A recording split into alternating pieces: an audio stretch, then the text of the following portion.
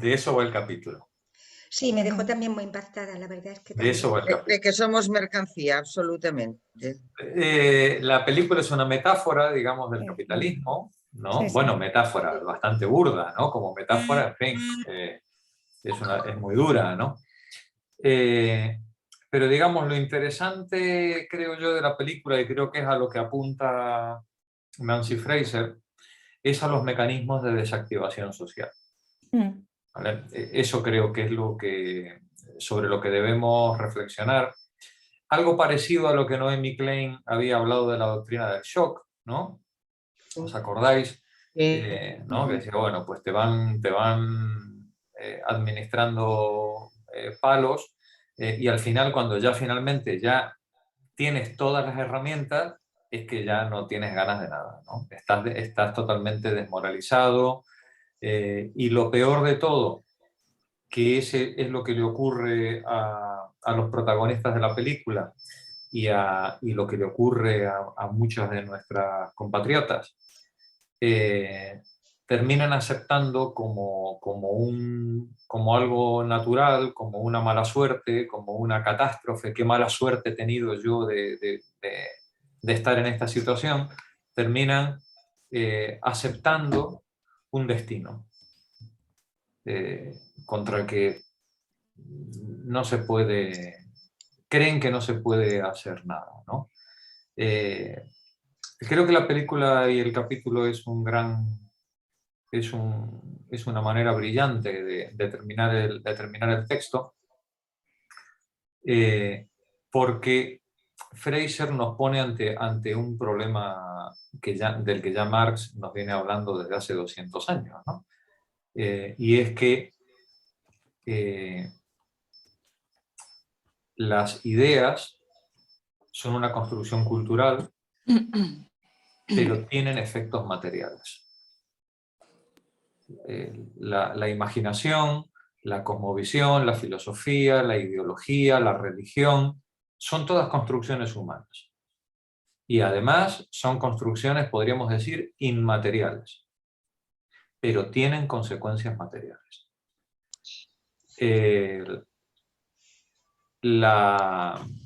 Cuando la ideología dominante, cuando la ideología de la clase dominante, que es de lo que trata el capítulo y de lo que trata la película, cuando la ideología de la clase dominante es asumida por la clase dominada, la clase dominada se encuentra con que asume los valores de su opresor y además los asume de forma natural.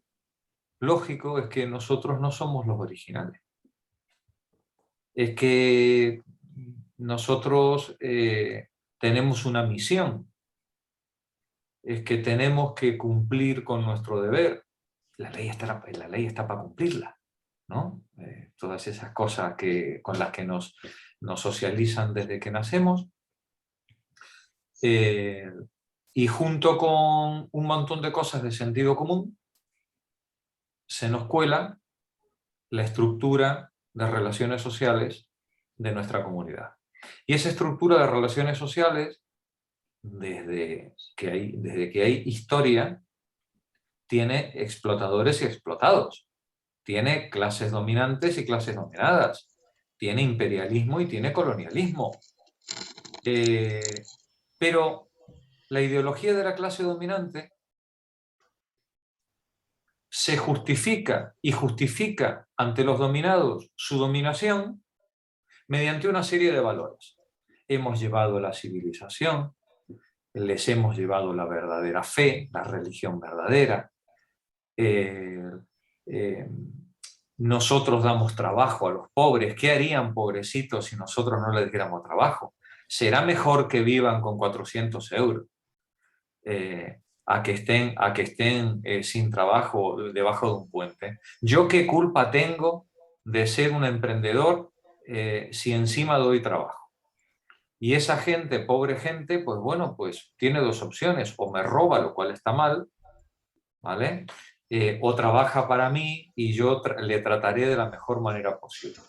Porque mi misión en la vida, clase media, burguesía, 1848, la misión de la clase media es interceder entre la aristocracia y los desarrapados para demostrarle a Dios que todos hemos sido criados a su imagen y semejanza y que cumplimos con nuestro deber de elevar a los pobres hacia el reino de los cielos. Todo el mundo... hay cosas que hoy nos pueden causar risa, pero os recuerdo que cuando hoy nos dicen que hay que permitir a los ricos que ganen todo el dinero posible, porque así se crea la riqueza con la que se producen puestos de trabajo y la riqueza luego gotea hacia abajo por la copa derramada, ¿no? El champán que se bebe en la parte de arriba, ¿no? Como se Pues, dice en Francia, mon œil. eso, ¿no? Pues al final Vas y te lo crees. gotea, ¿no? Pues gotea hacia abajo, ¿no? Para que los pobres desarrapados, que no tienen la culpa, pero bueno, tampoco tienen la culpa los ricos de ser ricos, ¿vale? No, puedan... pobrecitos ricos. Y además, mirad si es bueno el sistema en el que estamos, que si pudiera haber uno mejor ya lo habría habido. Como decía Winston Churchill. Este mundo no es el mejor, es el mejor de los posibles. ¿Cuántos ensayos se han hecho en la historia de otros mundos y han caído víctimas de la corrupción, la violencia, el crimen, las revoluciones? El mundo de los comunistas, de los socialistas, de los afrancesados, los jacobinos, sí, todo eso está muy bien en el papel,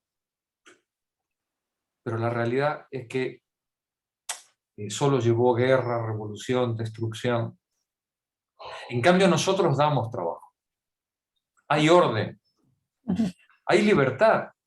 La gente puede votar. Oye, y si no te gusta, votas a otro, cambias de gobierno cada X años.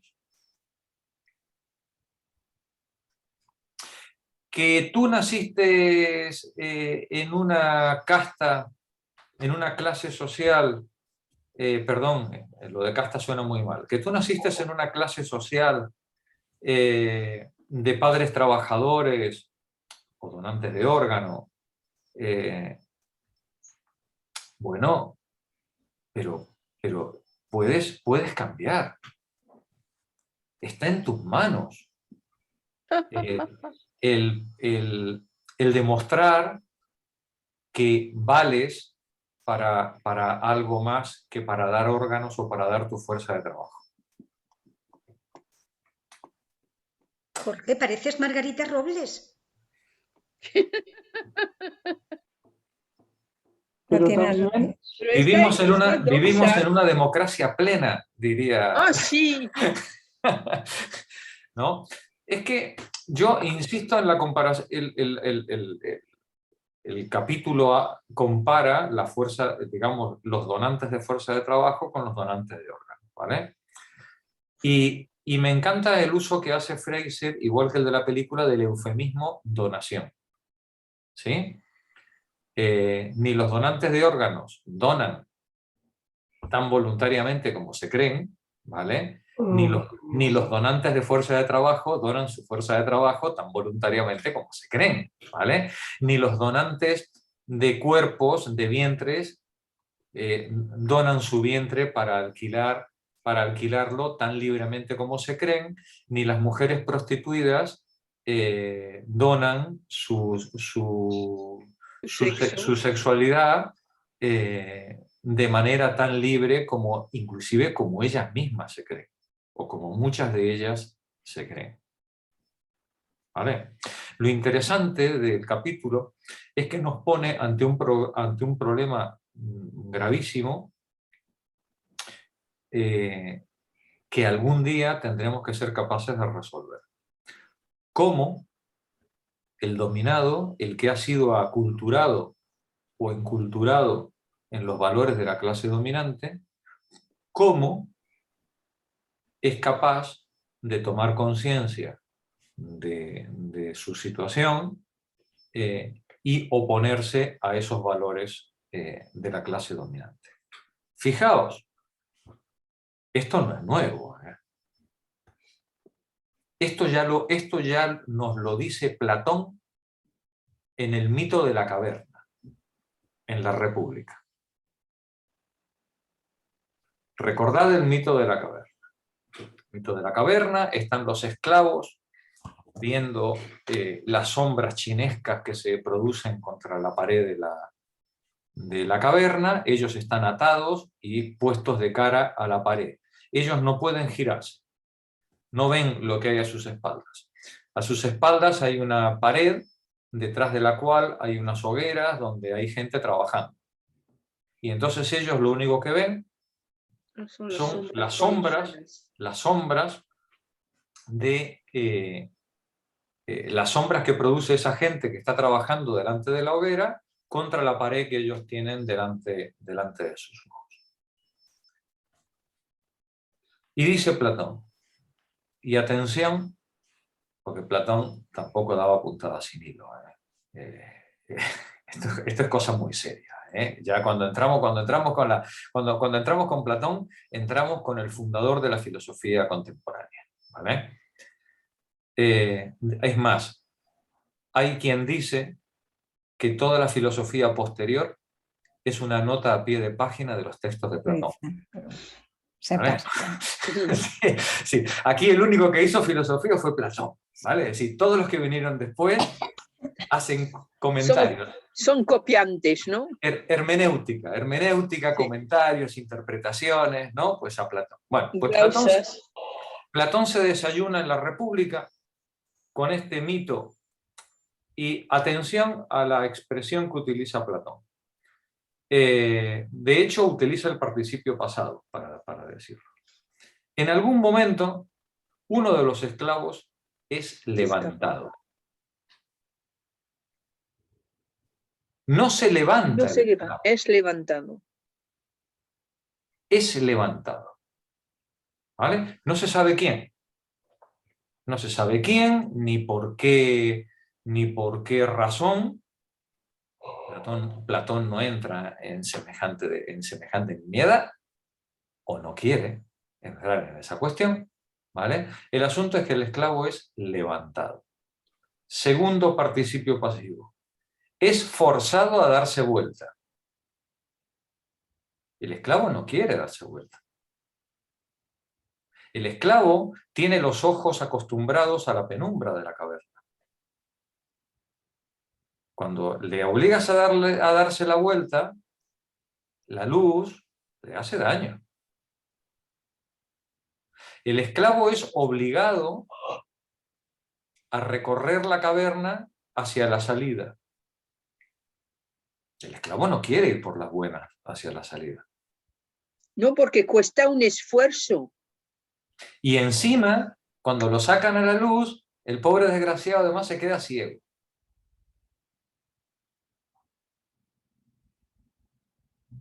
Tonto era Platón, ¿no? Con el mito de la caverna. ¿Vale? Este problema es un problema muy antiguo, porque la toma de conciencia del sujeto alienado, podríamos decir en términos marxistas, ¿vale? La toma de conciencia del sujeto que está alienado, que está enajenado en la medida en la que hace suya la conciencia de otro, la toma de conciencia de ese individuo difícilmente puede partir del individuo si no existe un mecanismo que lo dispare, o si no existe alguien que lo levante y le haga darse la vuelta.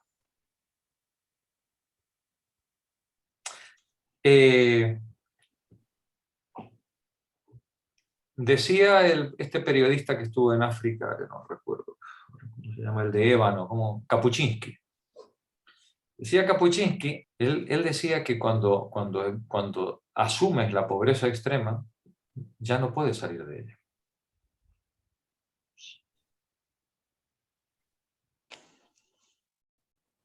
Hay un momento en el que cruzas una línea que desarma todas tus posibilidades de reacción. Y a partir del cruce de esa línea, ya quedas nada más que enfocado a la supervivencia diaria. No puedes pensar en nada que exceda el día presente, el momento presente en el que estás. Estás enfocado a conseguir un día más de tiempo de vida. Y decía Kapuscinski que de esa situación, quien cae en esa situación, ya no puede salir por sí solo. Alguien tiene, como el esclavo de Platón, levantarle y darle la vuelta. Lo que nos plantea la autora en el texto, a través de esta metáfora de la película, es, sobre este libro de Ishiguro, es este problema. ¿Qué ocurre con la casta, la clase, el grupo oprimido, cuando se ha alienado, se ha enajenado en los valores de su opresor? Y también, Jorge, la efectividad que tiene el condicionamiento, porque es evidente. Sí. Sí. Lo interesante del texto es que, como bien decía Nani, o creo que era Nani antes, decía, es que desde el minuto 1 de la película los chicos saben la verdad. Y estaréis de acuerdo conmigo en que hoy en día no hay nadie que no sepa la verdad, ¿eh? Esto no es una patraña que nos lo han escondido, nos tienen desinformados. No. No hay nada escondido. ¿Por qué? Porque quien está padeciendo la situación, no quiere verlo. No puede verlo. No se lo puede permitir. Parte de su tranquilidad pasa en mantenerse en esa enajenación.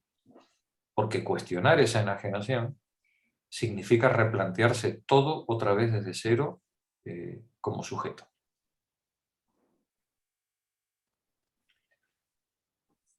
Eso no quiere decir que no haya salida. Quiere decir que ya Platón lo dejó planteado en su momento y Nancy Fraser nos invita a que lo volvamos a reflexionar. Perdonad una cosa, Jorge. Sí. Hola, aprovecho para saludar que Hola, Eva. estaba conectada, pero mientras os escuchaba estaba doblando una ropita aquí al lado, porque no, en mi gineceo solo soy la única mujer, entonces no como Platón, que debía tener. En mi gineceo también doblo yo la ropa. Sí, tranquilo. Una cosa, que es que ahora que decías esto, me corregirá Pepa, que debe estar más al día. Hay una expresión muy bonita que no recuerdo, debe ser de Lacan, que es que la ignorancia también es una gran pasión del ser humano. Es muy interesante esto de la ignorancia como pasión, ¿no? El no queremos saber de muchas cosas. No es que no queremos saber, es como la pasión de no querer. Sí, es que cuando tú asumes los valores de la clase dominante y si esos valores te dan de comer, digamos, te permiten una vida tranquila. Cuestionar los valores sobre los que se apoya tu supervivencia implica pues asumir severos riesgos. Puedes perder el trabajo, puedes perder las amistades, puedes perder la familia, puedes perder las relaciones sociales en el barrio, te puedes desclasar, pierdes tu posición social, pierdes los asideros, las redes de seguridad. Claro, pegarle una patada al tablero, hombre, dice, no, pero es que eres libre. Bueno, hombre, eso de que eres libre, ¿no? Inclusive, qué sé yo, que está María José, la libertad de cátedra. Tiene sus límites. cada uno los pone donde pueda, ¿no? Es decir, Bueno, suele estar bastante mal interpretada también. La libertad de cátedra no es que cada uno llegue a clase y diga lo que le pasa por la cabeza, ¿no? sí. Sino que es una cosa muy seria, que es que puedas explicar la doctrina científica, que no te impongan una doctrina científica a explicar en el aula, Claro. sino que tú puedas explicar la doctrina científica, pero que es que yo creo que hoy no, esto ya no funciona porque no, pero los profesores suelen pensar que es que uno llega a clase y dice lo primero que No. quiera y todo está amparado por lo que ellos llaman la libertad de cátedra. Claro. Yo eso también Por supuesto. tengo mis reservas, pero... No, me refería a la libertad de cátedra en cuanto a la posibilidad que tiene un profesor para poder exponer el contenido de la materia como él cree que debe exponerla, Sí. y los riesgos que asume si se opone al pensamiento, digamos, Dominante. institucional. Sí, ¿no? sí, claro. Es que eso, eso sí que es la libertad de cátedra. Claro. O sea que eso sí. Y puede pagar un alto precio, ¿no? Por Sí, oponerse claro. a eso. Entre otras cosas, quedarse sin financiación, quedarse sin doctorando, quedarse sin clases, ¿no? Sí, Sí. puede pagar un altísimo precio. Al final, salir, digamos, diría un coach, diría salirte de tu zona de confort, ¿no? Pues tiene su precio. Pero esto es una cosa más seria que salirte de la cosa de tu zona de confort, ¿no? Es romper con tu estado alienado. Romper con tu estado alienado a la mayoría de la gente le implica una relativa esquizofrenia. Le implica en el mundo laboral mantener un papel y en el mundo privado poder desahogarse bueno, sé, en el partido, en el sindicato, con la familia, con los amigos, en el asado del domingo, ¿no? Pues poder decirlo un poco ya lo que desea. Pero le plantea una relativa disociación en cuanto a los dos papeles que tiene que enfrentar. Pues bueno, ¿qué vamos a decir? Por ejemplo, en el sistema de castas que puede haber en el sudeste asiático, ¿no? Quien se sale de la casta queda fuera de posibilidad de ganarse la vida. Uno siempre dice, pero ¿cómo puede ser que los hindúes sean tan conservadores? Es que si te sales, si rompes con la disciplina, con lo que se espera de ti, por tu casta, aunque no sea legal, ya sabéis que las castas están prohibidas, ¿no? Pero siguen funcionando, pierdes tus relaciones sociales, tus posibilidades de ganarte la vida, todas las redes de seguridad con las que más o menos contabas por el hecho de haber nacido en esa casta, ¿vale? O en ese grupo o en esa profesión. Bien. Nancy Fraser nos plantea este problema de la alienación de los oprimidos y cuáles son los mecanismos por los cuales los oprimidos, pese a conocer la verdad, se mantienen o intentan mantenerse hasta último momento en la esperanza, y creo que este es el elemento central del capítulo, en la esperanza de que hay alguna característica individual que les va a salvar. Fijaos que en el libro no hay salida colectiva. En la película, perdón. No, podrían revelarse los clones. Sí, hay una cosa que a mí me sorprendió mucho. Es que hacia el final, cuando van a ver a la antigua directora para pedir un aplazo, hay un momento en que les dicen que se han puesto en cuestión la utilidad de este montaje. Sí. de poner los clones. Y es que no sé si no se percatan los chavales, o si, es decir, si es una cosa que es tan grande que no lo pueden concebir, de que tal vez todo esto pues se está hecho en contra de, no en contra de ellos, sino hasta en contra de la justicia, de la moralidad, de lo que sea, de que hasta los opresores se han puesto la cuestión de saber si era justo lo que estaban haciendo. Y ni en ese momento se les ocurre rebelarse. Esto a mí me ha chocado bastante. El único momento en el que se revela es cuando le dice, no va a haber aplazamiento, eso no ha ocurrido nunca, pero si quieres dejarme los dibujos para mi galería, y el chiquito recoge los dibujos y dice no. Es lo único.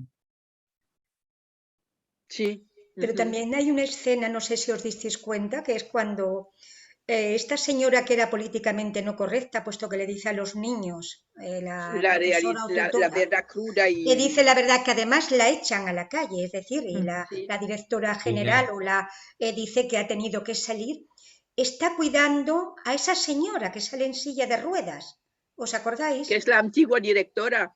Bueno, estaba por encima de ella. Si la echan a la calle porque no has seguido las instrucciones, bueno, es que claro, esto ya te lleva un poco a...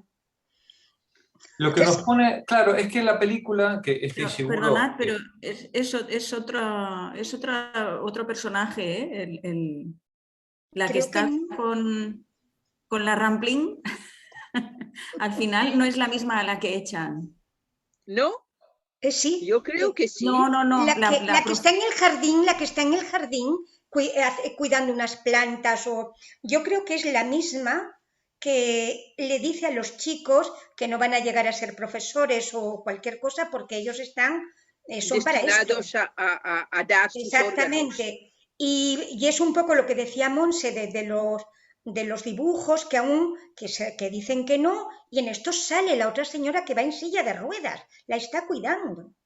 Y es decir, es como si estuvieran establecidos los papeles. Luego lo miramos. No. Yo creo que la película lo que el autor intenta mostrar es que en la clase dominante también hay disidencia. También hay disidencia. Vale. ¿Vale? Es decir, la clase dominante es un país, una democracia plena como la nuestra, ¿vale? Es una democracia plena. Una democracia plena. Francia también es una democracia plena. En la que la clase dominante pues, ha conseguido, digamos, una legislación. Y esa legislación consiste en que la seguridad social financia el mantenimiento o digamos, una especie de fabricación de repuestos, de recambio, ¿no? Para que la gente pueda tener los órganos que va necesitando, ¿no? A lo largo de su vida. Y es una manera, pues, de alargar la vida, de tal. Es un poco como Blade Runner también. Como Blade Runner, pero también un poco como Bartolomé de las Casas, ¿no? Porque al final lo que se plantea... La controversia de Valladolid. Claro, saber al final, si tienen o no tienen alma. ¿Tienen o no tienen alma? ¿No? Pues estos clones son cachos de carne con ojos o son personas. ¿Vale? Entonces, en la clase dirigente, en esa democracia plena, ¿no? Pues hay un debate social, ¿no? Y hay una parte que estima que no te líes, que esos los hemos creado nosotros en laboratorio, igual que a las chuletas, igual que a los pollos sin pluma, ¿vale? Y tienen que cumplir su función de recambios, ¿vale? Y hay otra parte de la comunidad que estima que son sujetos de derecho, porque son sujetos sintientes. En la medida en la que son seres sintientes, tienen conciencia, no pueden ser medios para los fines de otra persona. Un debate muy kantiano, podríamos decir, ¿no? Es decir, pero bueno, pero esta es la cuestión, ¿no? que se está planteando ahí. Si son seres humanos, o inclusive aunque les niegues la humanidad, si son sujetos de derecho y en qué medida son sujetos de derecho. Si tienen, Tienen alma. si tienen, digamos, si los derechos que tienen son equiparables a los del resto de la comunidad, o tienen otra categoría de derecho. Los perros en nuestra comunidad tienen derechos, pero no tienen los mismos derechos que un ciudadano que vota, ¿verdad? Bien, pues estos clones tienen sus derechos, no se les puede maltratar, no se les puede, ¿no? Etcétera, etcétera, etcétera. Inclusive, todo pareciera que durante una época a estos clones se les tenía en estado de coma. Se les tenía en estado de coma vegetativo, simplemente para que fueran carne disponible para los trasplantes, ¿vale? El problema es que parece ser que la calidad de los órganos era muy deficiente, porque estos seres en estado de coma, digamos, los médicos descubrieron y los psicólogos que los seres vivos y criados, como diríamos, una gallina feliz, igual que una gallina de campo, da mejores huevos y de más calidad correteando por el campo. Que las que están en las granjas industriales. Estos clones criados en libertad. Dan mejores órganos criados en libertad. ¿Vale? Clones psicológicos. Pero tiene que ser una libertad controlada. Tiene que ser una libertad que garantice que siguen siendo pollos de granja, ¿vale? Pero con la que puedan ser medianamente felices. Por tanto, deben ser educados, bien tratados, sanos, y sobre todo deben tener proyectos vitales. Claro, proyectos vitales es un poquito duro, cuando la media de vida no va a pasar de los 30 años, ¿no? Pero bueno, menos vive una mosca y tiene una vida entera. El tema es que en estos proyectos vitales a estos niños hay que insuflarles ciertas ilusiones, ciertas esperanzas, ciertos proyectos. Hasta que empiecen a donar, pueden tener ciertas relaciones, tener ciertas amistades, ¿no? Salen de la escuela, viven en especie de comunas, de pisos, y los dueños de la escuela o los que dirigen la escuela esta que hemos visto en la película, es una especie de proyecto. A ver si es verdad que los clones bien tratados dan órganos de más calidad y es un trato más humano, menos doloroso, menos violento, menos infrahumano que, pero igual, el mismo concepto que en una granja de pollos, ¿eh? Sí, tampoco hay que exagerar con este humanismo. Pero bien, la señora maestra, la señora directora, que es una de las protagonistas, encarna ese ideal. Encarna ese ideal de que, bueno, si hay que hacer esto, porque es una decisión democrática, digamos, ¿no? Si hay que hacer esto, estamos obligados a tratarles bien. Pero igual que nosotros que vamos a comprar huevos ecológicos a Mercadona, ¿vale? Es decir, si hay que comer huevos, que sean de gallina feliz. Esto nos pone ante un dilema moral, ¿no? Ante un dilema moral, porque claro, cuando vamos a comprar los huevos de gallina feliz al Mercadona, no nos planteamos todo este problema, ¿eh? Pero no os olvidéis que nos estamos comiendo los huevos, ¿eh? ¿Sí? Muy feliz y muy ecológico y todo lo que tú quieras, pero nos estamos comiendo los huevos, ¿sí? Bien. Y en esta escuela, pues muy guay, muy progre, que si hacen concursos de arte, que si se enamoran, todo eso está muy bien. Sí, pero los órganos los dan, ¿eh? O se les quitan, ¿vale? Bien, para evitar la depresión y la violencia, en la medida de lo posible, esa gente debe ser aculturada. El proceso de aculturación que sufre en el colegio y luego a lo largo de las sucesivas donaciones, ¿os dais cuenta que después de las donaciones tienen un psicólogo que les explica lo de que si quieres puedes? ¿No? Después de cada donación, estos chicos, claro, imaginaos, ¿no? Es decir, van, o después de en nuestro caso, en nuestro mundo, después de cada, ahora inclusive las empresas cuando despiden gente, el departamento de personal se ocupa también de la salud psicológica de los despedidos, ¿no? Montarte un despacho. El otro día me contaba una abogada que inclusive ya las empresas grandes tienen un departamento que le llaman Departamento de la Felicidad. Suena a chiste, pero de chiste no tiene nada, ¿eh? Estamos hablando de las grandes empresas, ¿no? Es decir, las grandes empresas tienen departamentos de la felicidad. Parecería Huxley que estuviera, ¿no? Pareciera que estuviéramos en el mundo feliz de... ¿no?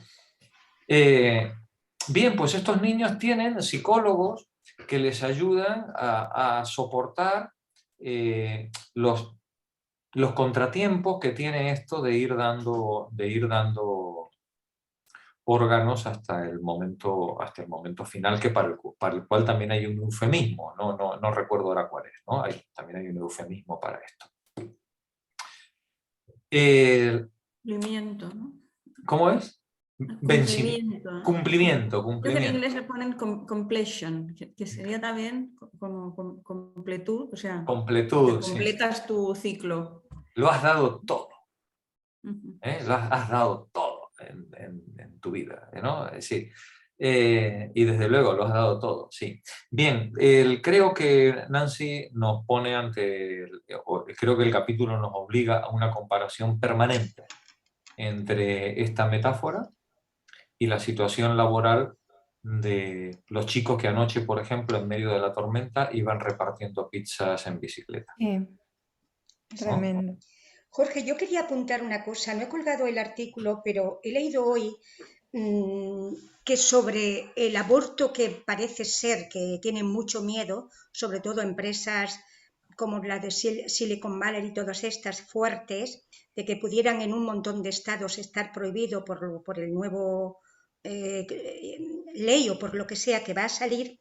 Ya están estas empresas manifestando a sus trabajadores, bueno, a sus trabajadoras femeninas, que en caso de que tuvieran que cambiar de estado para poder hacer el aborto, la empresa no las va a dejar solas, sino que les pagaría.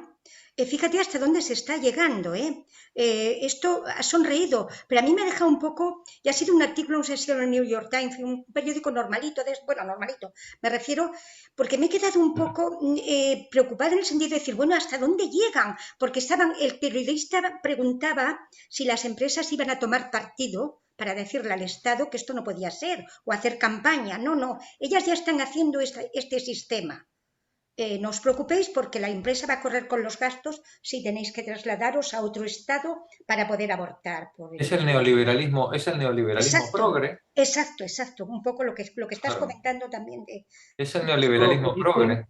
Pero esto en nuestros días, y no es ciencia ficción, esto está ahora mismo ya haciéndose el caldo de cultivo de todo esto. Nani, sí. Perdón. Que lo que dicen es que los estados fronterizos van a prohibir la entrada de mujeres que pretendan abortar. O sea, que no lo van a tener fácil.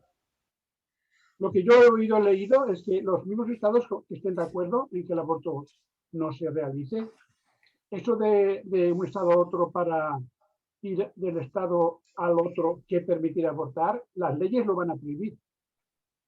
Bueno, ya sabes lo que ocurría en España. Había barcos que estaban en aguas que eran internacionales y iba a abortar, cuando aquí nuestro nacionalcatolicismo no te dejaba o ibas a, en fin, siempre hay...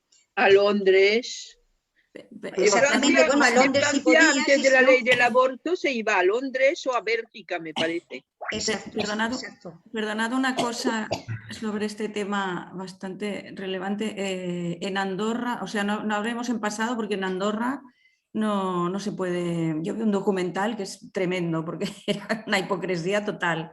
En Andorra, como es un coprincipado, con el obispado ¿quién es el otro? Pues el jefe del Estado español, supongo. No, el jefe del Estado francés, Sí, disculpa, es verdad, sí, el François, presidente gracias. de la República Francesa.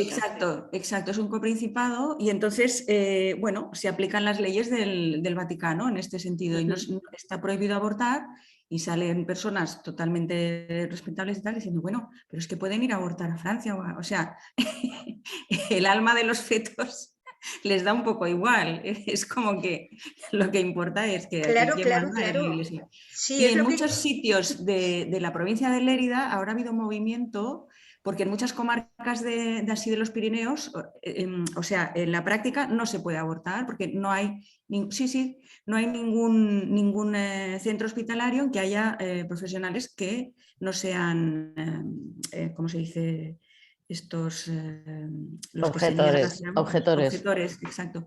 Entonces, bueno, ha habido un movimiento, ahora no sé cómo está el tema, pero o sea, que siempre pensamos que bien, ¿no? Que en Argentina por fin, bueno, dicho sea de paso, que hay a mí en este tema hay un lema que me encanta, que es que el despenalizar el aborto no es para que haya más abortos, sino para que haya menos muertas, ¿no? Es así de sencillo. El tema Qué es bien vamos a abortar, sino qué desgracia tener que abortar, encima no añadamos Sufrimiento. otras desgracias, ¿no?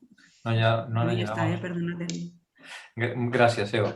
Bueno, os invito a que veamos, vamos a analizar el capítulo, si os parece bien, párrafo a párrafo, parte a parte, porque aparte del comentario que hemos hecho sobre la película, creo que hay elementos filosóficos que son muy interesantes y que merece la pena que, puesto que estamos en un seminario de filosofía, ¿no? Bueno, pues creo que merece la pena porque que algunas cositas de filosofía, aunque sean pinceladas, vayamos dando. No en vano antes hice el comentario con respecto a Platón, y es que el texto tiene mucho que decir con respecto a Platón. De hecho, el título del capítulo se llama Sobre la justicia, lecciones de Platón, Rawls e Isiguro. ¿Vale? Si os parece bien, pongo el resumen que os hice, lo comentamos, leemos esa parte y vamos avanzando pasito a pasito en el texto. El texto de Nancy no es difícil, pero creo que es muy profundo y merece la pena desgranarlo y rumiarlo bien como merece toda buena filósofa. Comparto pantalla.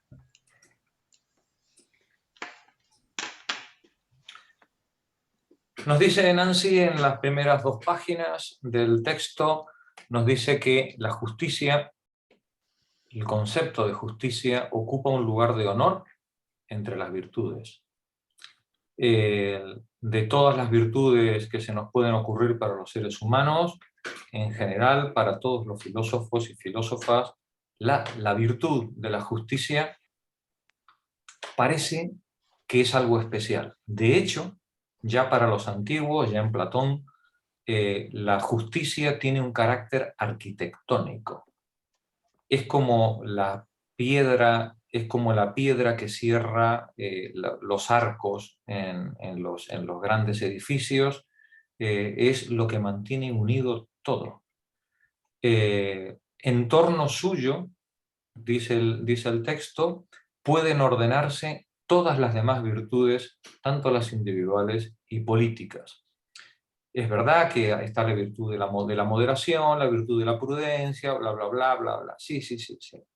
Pero la justicia es como que está por encima de todas las demás virtudes y permite ordenarlas y ponerlas a todas las demás en su sitio. ¿Cuánta prudencia hay que tener? ¿Cuánto valor hay que tener? ¿Dónde termina la moderación y empieza la mojigatería? ¿Dónde termina el valor y empieza la temeridad? ¿Dónde termina el orgullo y empieza la arrogancia?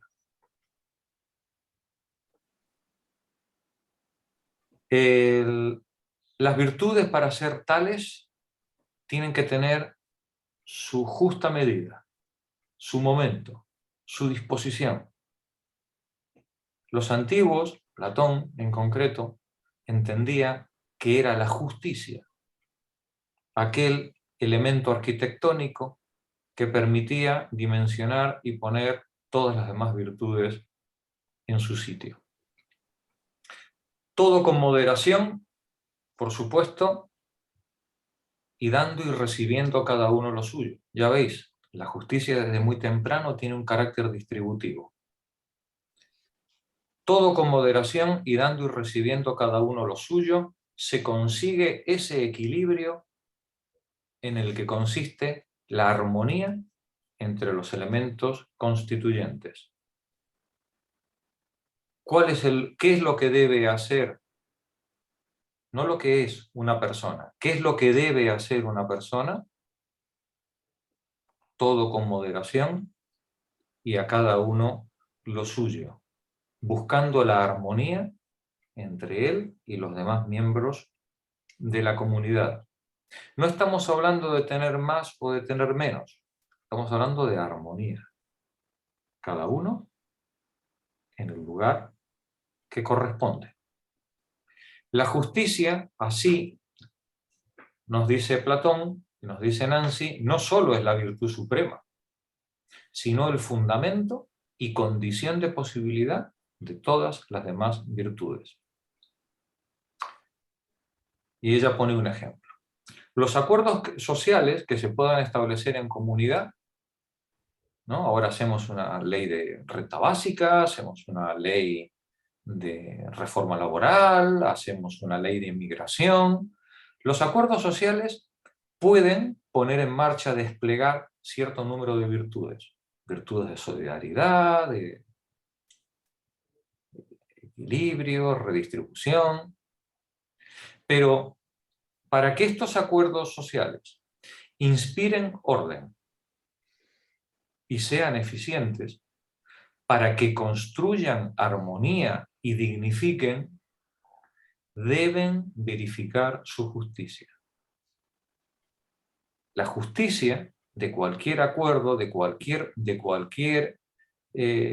conducta que se tenga en comunidad, la justicia es la condición previa y habilitante de todo lo que se haga en un entorno colectivo.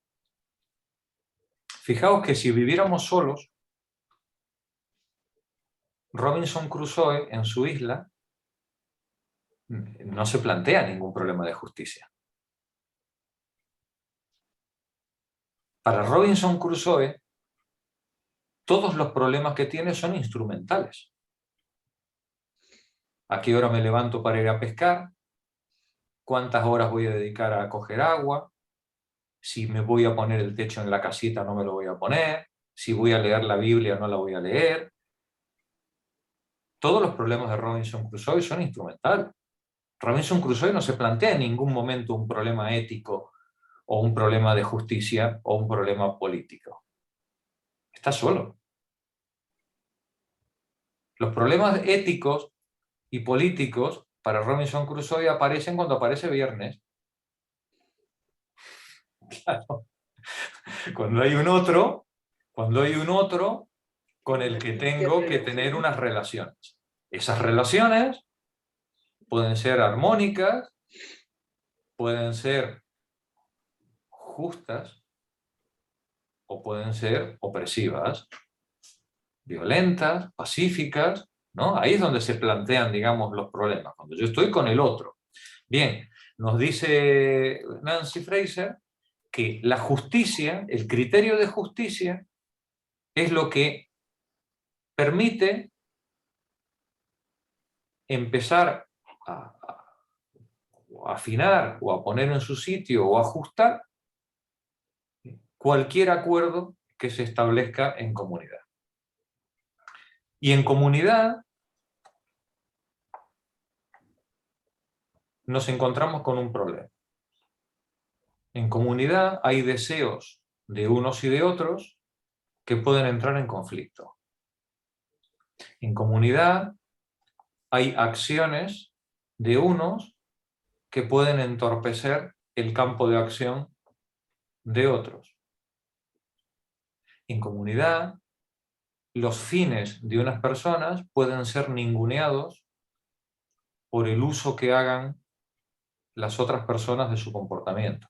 Es más, en comunidad hay quien puede utilizar a los otros como medios para alcanzar sus fines.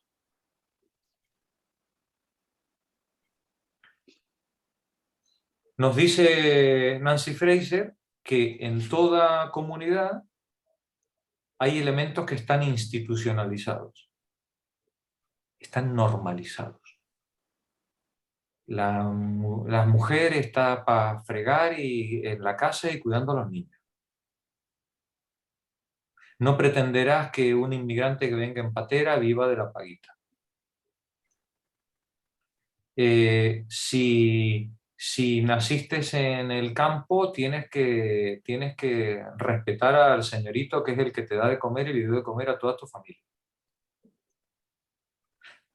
No está escrito en ningún lado, o puede estarlo escrito, pero esté escrito o no esté escrito, está normativizado. Las normas no tienen por qué estar escritas en un código. Las normas son las costumbres, las mores, decían los romanos, ¿no? Son las costumbres de la tradición de los antepasados, que escritas o no, la comunidad exige su cumplimiento. Bien, esas normas, escritas o no, que exigen su cumplimiento, regulan relaciones sociales. Esas relaciones sociales pueden ser de muchos tipos, de equilibrio, de armonía, de igualdad, de asimetría, de explotación, de sumisión. Esas normas están institucionalizadas, forman parte del aparato normativo con el cual la gente se comporta, esperando una respuesta de los demás. Sácate el sombrero para entrar en la iglesia, no mires a los ojos cuando te cruzas con un hombre, los niños tienen que estar callados en presencia de sus mayores, el amo puede tutear al siervo, pero el siervo no puede tutear al amo. Eso está institucionalizado. Nos dice Nancy, solo superando la injusticia institucionalizada podremos preparar el terreno para el florecimiento de las demás virtudes individuales o sociales. Las injusticias institucionalizadas impiden a la gente poder ejercer, poder poner en marcha y practicar buena parte de las virtudes que serían capaces de poner en marcha si no estuvieran sometidas a esa injusticia previa, heredada, aceptada y a veces invisible. Así que a la hora de evaluar las políticas o acuerdos sociales, lo primero que hay que preguntarse es, de esos acuerdos sociales, ¿son justos? Pero claro, esa pregunta es una pregunta muy ambigua, porque la palabra justicia es una palabra cargada de ambigüedad, cargada de valores políticos de lo más contradictorios, cargada de ideología. Dice, por lo que esta pregunta, nos dice Nancy Fraser, remite a los criterios de justicia. Cuando decimos si algo es justo o no es justo, ¿en base a qué criterios lo estamos determinando? Y estos criterios de justicia remiten a la forma institucionalizada de interacción social básica que en ese momento hay en la comunidad. Con el fin de explorar esta cuestión en nuestra comunidad, Fraser nos invita a ver la novela, la película de Y seguro nunca me abandones. Si somos capaces de comprender los criterios de relación, las injusticias profundas que hay en nuestra manera de relacionarnos socialmente, en la forma institucionalizada de injusticia que prevalece en nuestra comunidad, a partir de ese momento podremos empezar a hablar de justicia. Y hago un anticipo del siguiente párrafo. ¿Por qué? Porque dice Nancy Fraser, porque la justicia, decía Rawls tan poéticamente, es como una estrella, ¿no? La justicia no es definible, pero la injusticia sí es perceptible. Y si somos capaces de percibir la injusticia, entonces podremos empezar a debatir sobre los criterios de justicia. Pero primero tenemos que sentir la injusticia.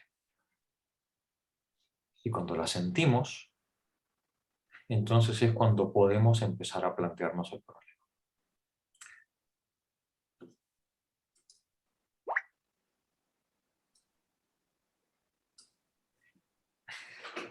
Comentarios. Y empezamos la lectura.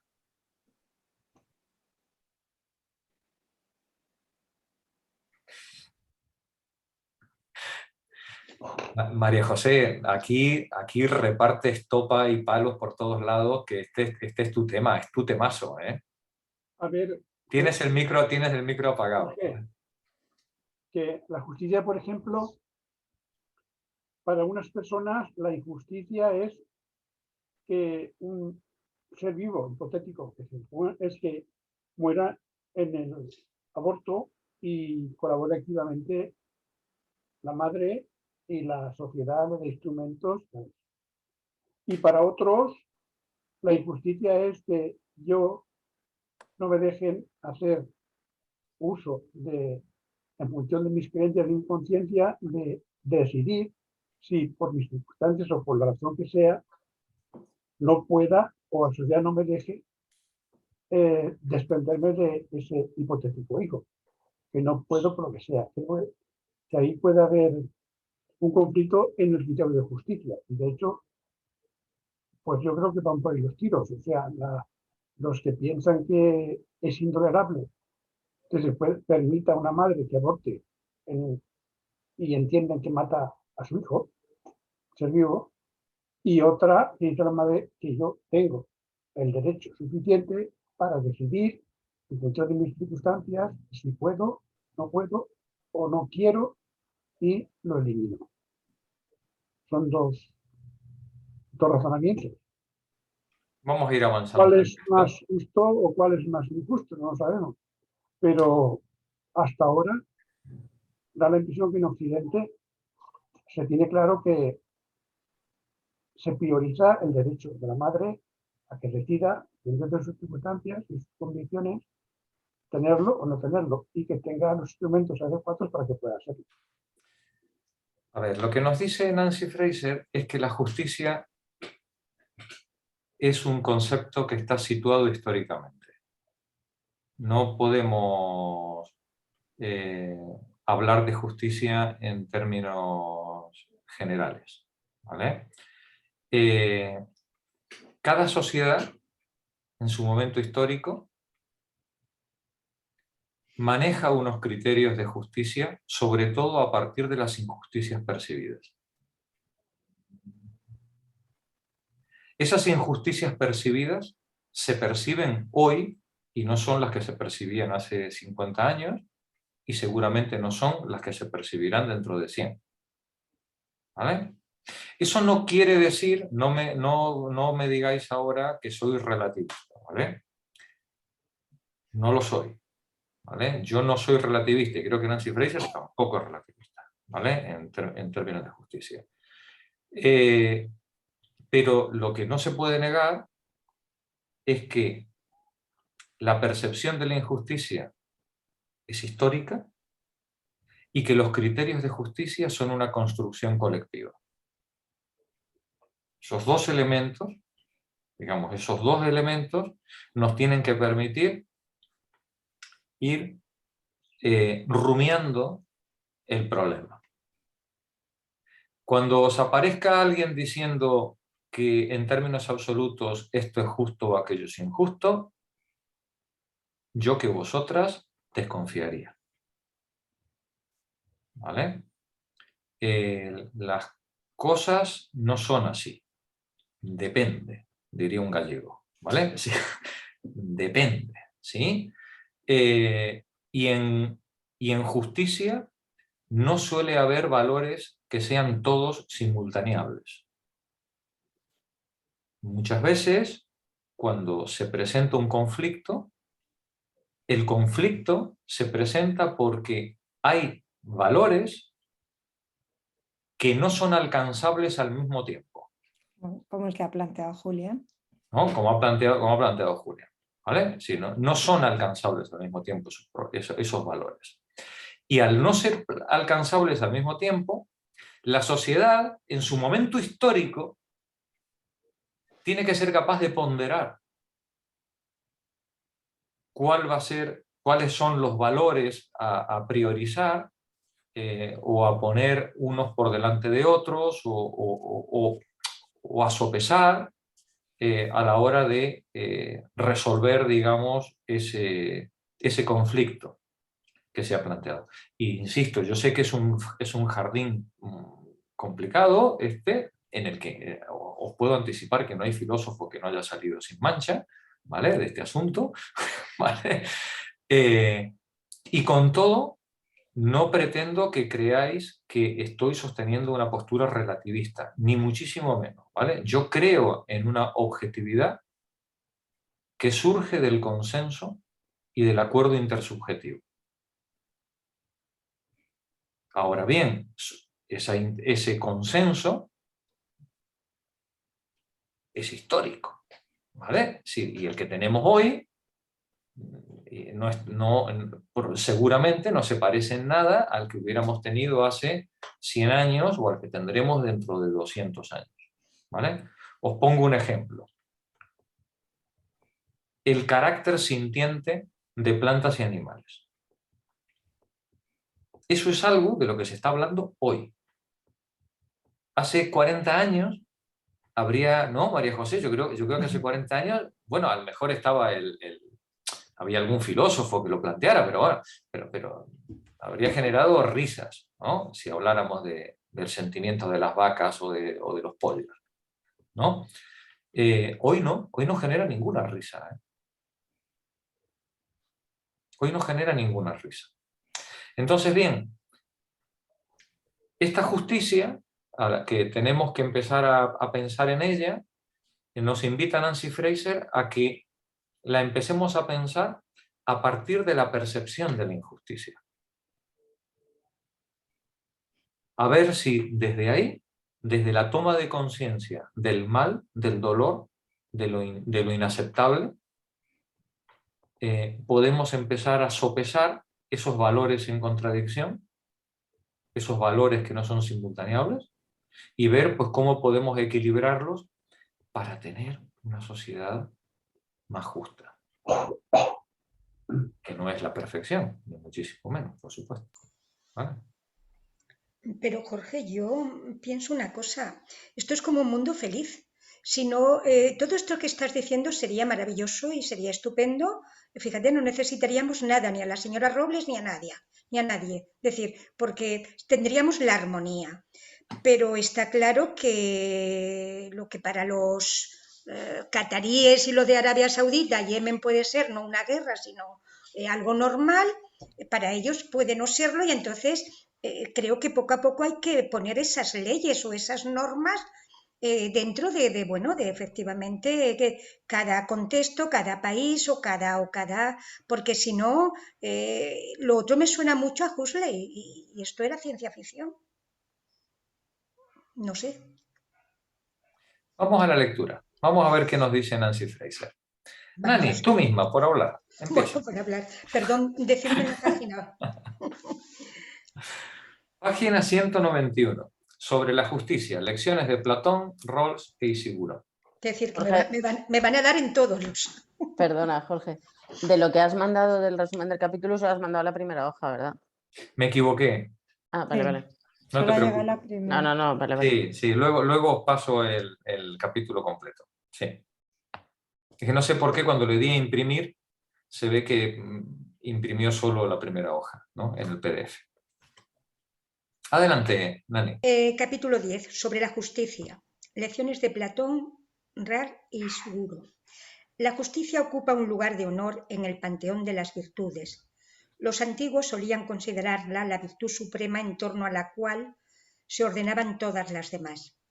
Platón, por ejemplo, concedía exactamente ese estatus omnicomprensivo a la justicia.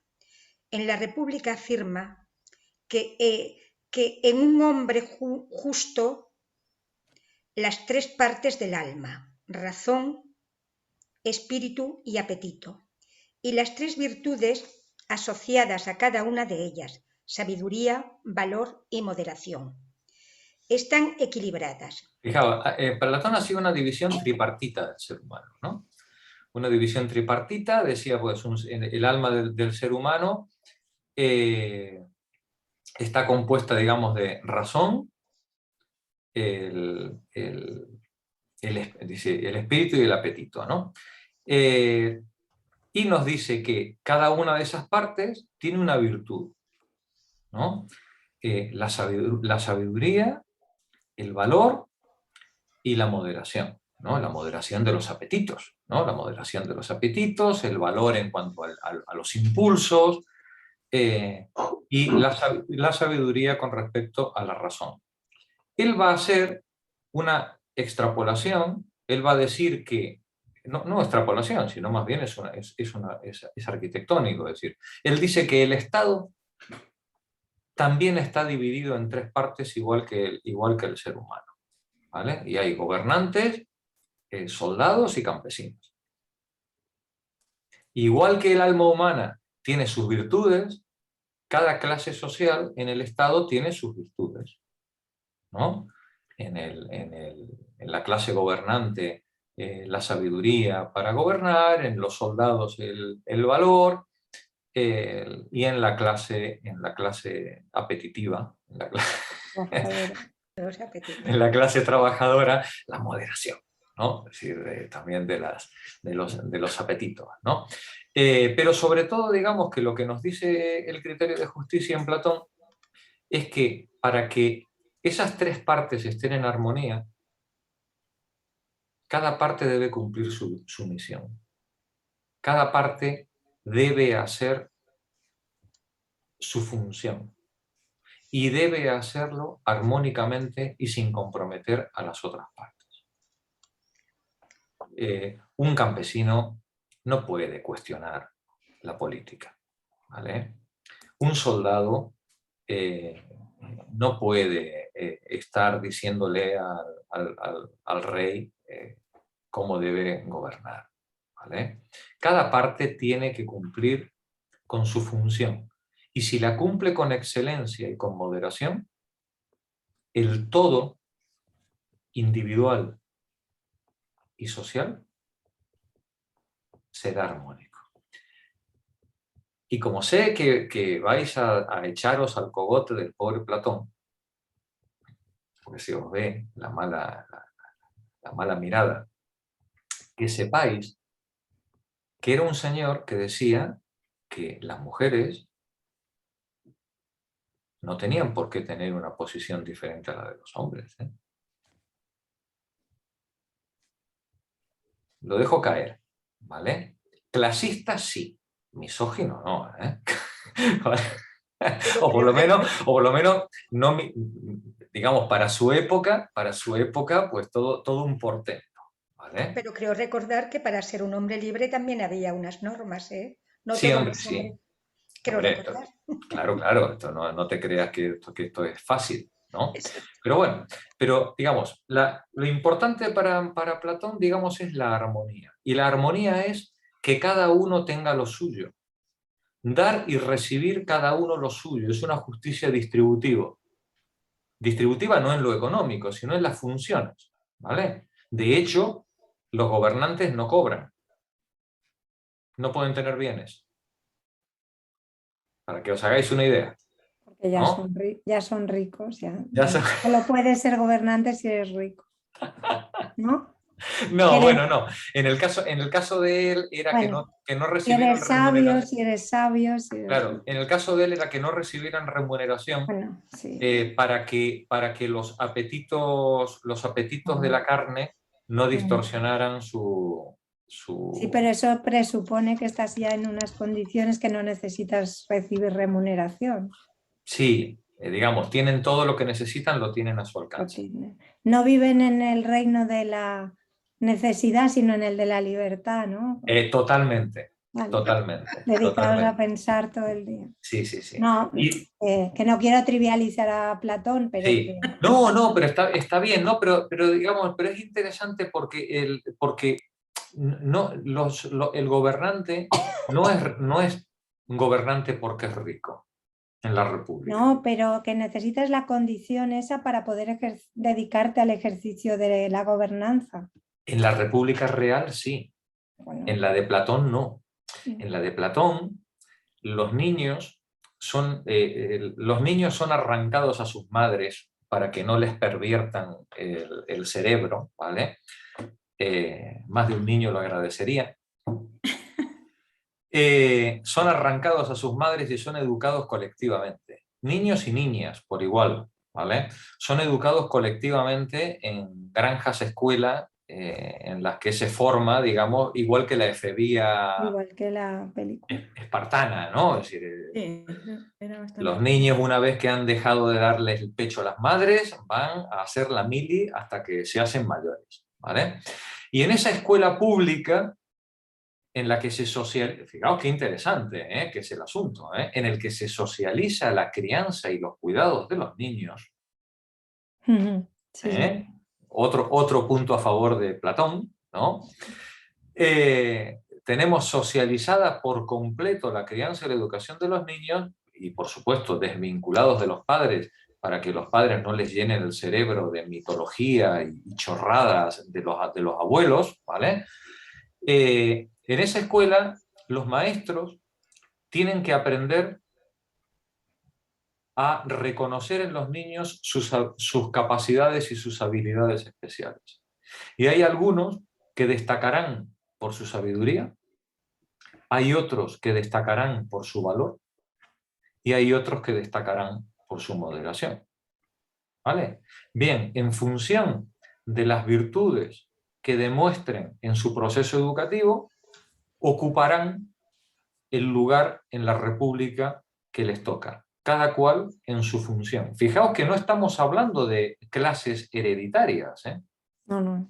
Todo lo contrario, sí. Tercer punto a favor de Platón. Ya va, ya. ¿Eh?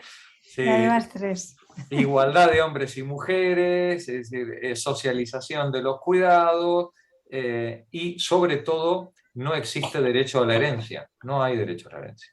¿Vale? Es decir, el puesto de gobernante, de soldado, o de artesano, o de campesino, o tal, es según las habilidades y capacidades que has mostrado en el proceso educativo. Un proceso educativo en el que tu nombre, tus padres no pintan nada. Cuarto punto a favor del sheriff. ¿Vale?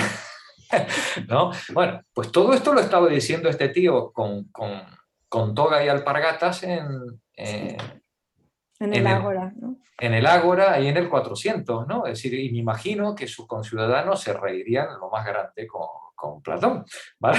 Sí. Pero él lo decía muy en serio, ¿eh? Él lo decía. Es verdad que al final de su vida, en ese otro gran diálogo que se llama Las leyes, Platón modera bastante, se desradicaliza bastante, modera bastante su discurso y llega a una especie de solución de compromiso como diciendo, me doy con un canto en los dientes con que se cumpla la ley. ya casi estaba, Platón en las leyes ya estaba como Anguita, ya pidiendo que se cumpla la Constitución del 78, ¿vale? Y Platón igual, ya en su ancianidad ya diciendo, mira, ya lo de la república como lo dejamos para más adelante, ¿vale? Mira, que se cumpla la ley, que no es poca cosa, ¿no? En esto. Venga, Nani, adelante. En la ciudad, la justicia opera de forma análoga. En una ciudad justa, cada clase ejerce su virtud distintiva, realizando la función que le es propia por naturaleza sin interferir en la de los demás. El estamento racional y sabio gobierna, los espíritus valerosos hacen la guerra y el resto, compuesto por aquellos que, careciendo de espíritu o inteligencia especial, son, no obstante, capaces de moderación, se dedican a la agricultura y las tareas manuales. La justicia no sería así más que un equilibrio armonioso entre estos elementos constituyentes. La mayoría de los filósofos modernos han desdeñado los detalles concretos de la concepción de Platón. Prácticamente nadie cree hoy que una comunidad, para ser justa, deba estar rígidamente estratificada y contar con estamentos permanentes de gobernantes, guerreros y trabajadores, cuyas vidas difieren entre sí en los principales aspectos. Pero sí suscriben la idea de Platón de que la justicia no es una virtud, entre otras, sino que goza de un estatus especial en tanto que virtud suprema o metavirtud. Esta es la idea que está detrás del famoso libro de John Rand Antecory o Justicia. La teoría de la justicia, una teoría de la justicia. En el que afirma que la justicia es la principal virtud de las instituciones sociales, como la verdad lo es de los sistemas de pensamiento. Esta frase me encanta, ¿vale? Tenemos marcarla con fosforito, ¿vale? La justicia es la principal virtud de las instituciones sociales, como la verdad de los sistemas de pensamiento. Pues bien, no tenemos ni la una ni la otra, ¿vale? ¿Vale? Pero es la principal virtud, ¿vale? Esto es importante tenerlo claro. Continúa, Nani. Lo que Ralph quería decir con esta afirmación no es que la justicia sea la virtud suprema, sino que es el fundamento, la base para el desarrollo de todas las demás. En principio, los acuerdos sociales pueden desplegar cierto número de virtudes y lo hacen. Por ejemplo, si son eficientes, inspiran orden, son armoniosos, se muestran solidarios o dignifican. Pero para ellos debe verificarse una condición previa y habilitante, a saber, que los acuerdos sociales en cuestión sean justos. Gracias, Nani. Monse, continúa tú, por favor. De manera que la justicia es la virtud primordial en el sentido siguiente. Solo superando la injusticia institucionalizada podemos crear un terreno abonado sobre el que florezcan otras virtudes tanto individuales como sociales. Si, como creo, Rawls tiene razón en este punto, lo primero que debemos preguntarnos al evaluar los acuerdos sociales es, ¿son justos? Para hallar una respuesta podemos partir de otra de sus hipótesis. La justicia se ocupa fundamentalmente de la estructura básica de la sociedad. Esta constatación desvía nuestra atención de la gran variedad de rasgos inmediatamente accesibles de la vida social para centrarlas en su gramática subyacente, en las reglas institucionalizadas fundamentales que fijan los términos esenciales de la interacción social. Solo cuando éstas se hallan justamente ordenadas puede haber justicia en otros aspectos más inmediatos de la vida directamente experimentados. No cabe duda de que el punto de vista de Rawls sobre la justicia plantea, como el de Platón, algunos problemas. La idea de que la justicia pueda ser juzgada en términos exclusivamente distributivos es demasiado restrictiva, al igual que lo es el artificio heurístico de la posición originaria. Una cosita, Monse.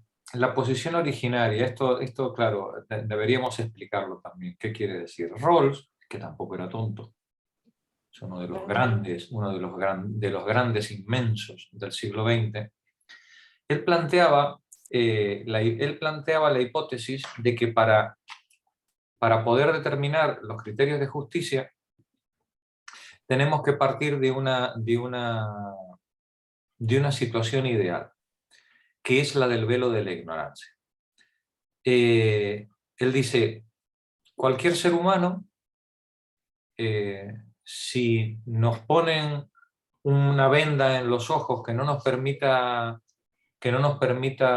saber en qué posición social estamos, ni cuáles nuestros ingresos, ni la familia a la que pertenecemos, ni la raza, ni el género, cuando tengamos que debatir sobre cuestiones morales o sobre cuestiones de justicia, ese velo de ignorancia que no nos permite saber en qué lugar de la sociedad vamos a estar, es la garantía de que en la discusión vamos a adoptar una postura lo más universalista posible y sobre todo la más protectora para los más desfavorecidos. El criterio Maximin, que él utiliza, creo que así se le llama en España, es que en cada país también se traduce de una manera.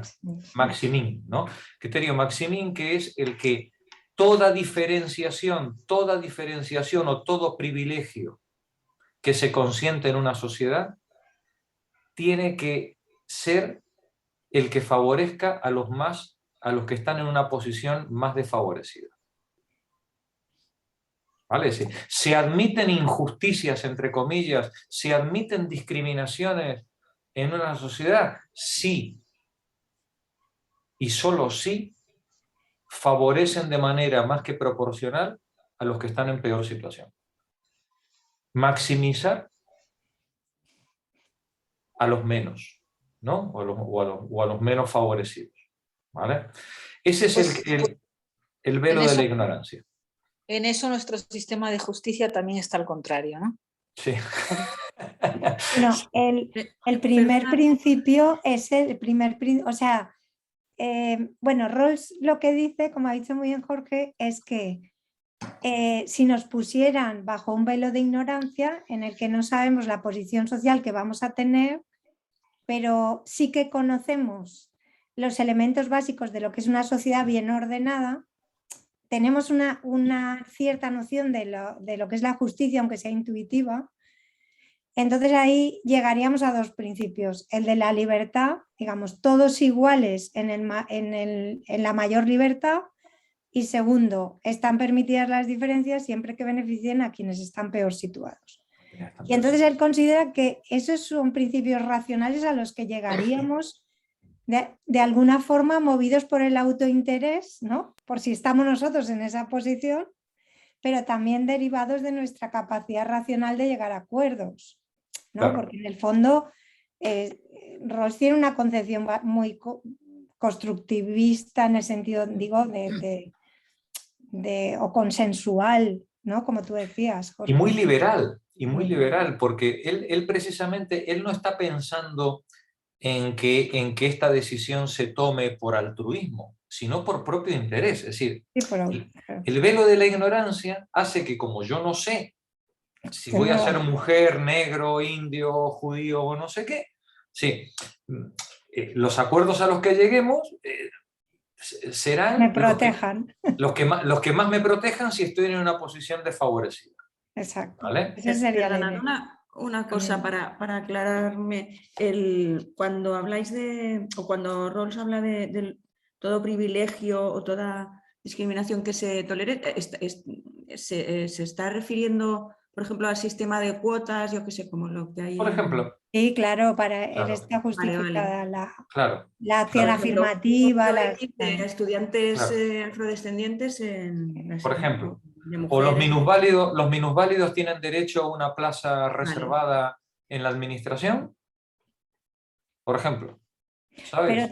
Pero también Rawls tiene otra cosa que es interesante y es decir que o sea, esta sociedad que sería justa porque tendría unos principios distributivos justos. O sea, que eso es de alguna forma es bastante formal. Son criterios bastante formales, no son...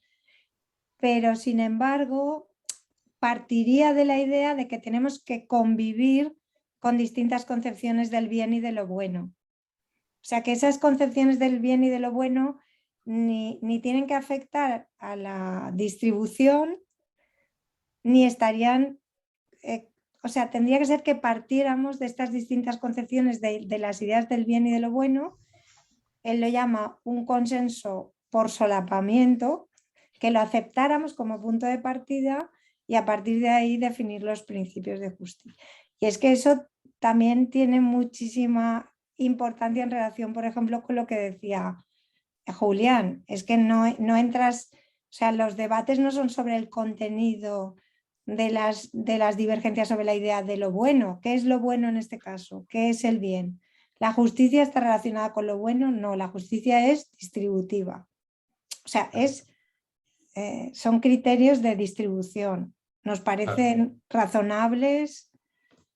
Por eso Nancy Fraser dice que el límite de Rawls es que la justicia no puede ser solo distributiva, ¿no? Pero bueno. Claro. Sí, ella cree que hay más cosas. Que hay más cosas, efectivamente, en la justicia. Pero bueno, no estaría mal.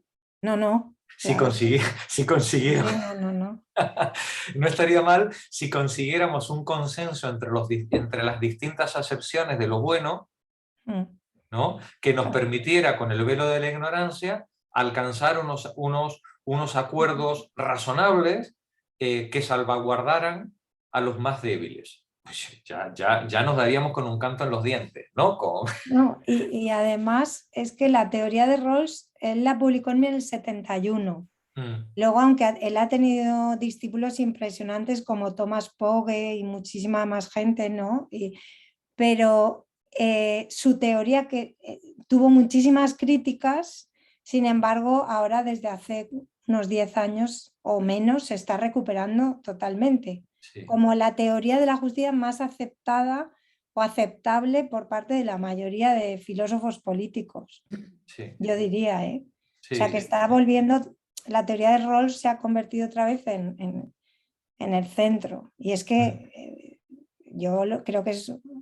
¿Cómo llamabas tú? No me acuerdo, un titán, ¿no? Decías, pero...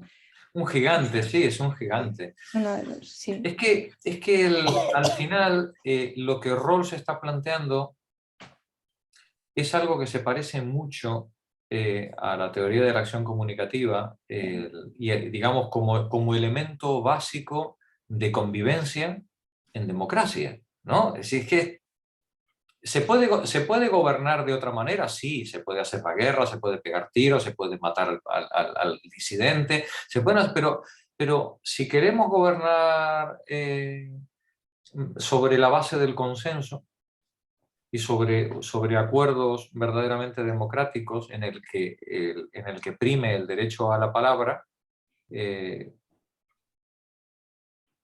la teoría de Rawls yo creo que es lo más acabado que ha dado el liberalismo político, ¿no? Es decir, es lo más acabado, ¿no? Es verdad que es formal.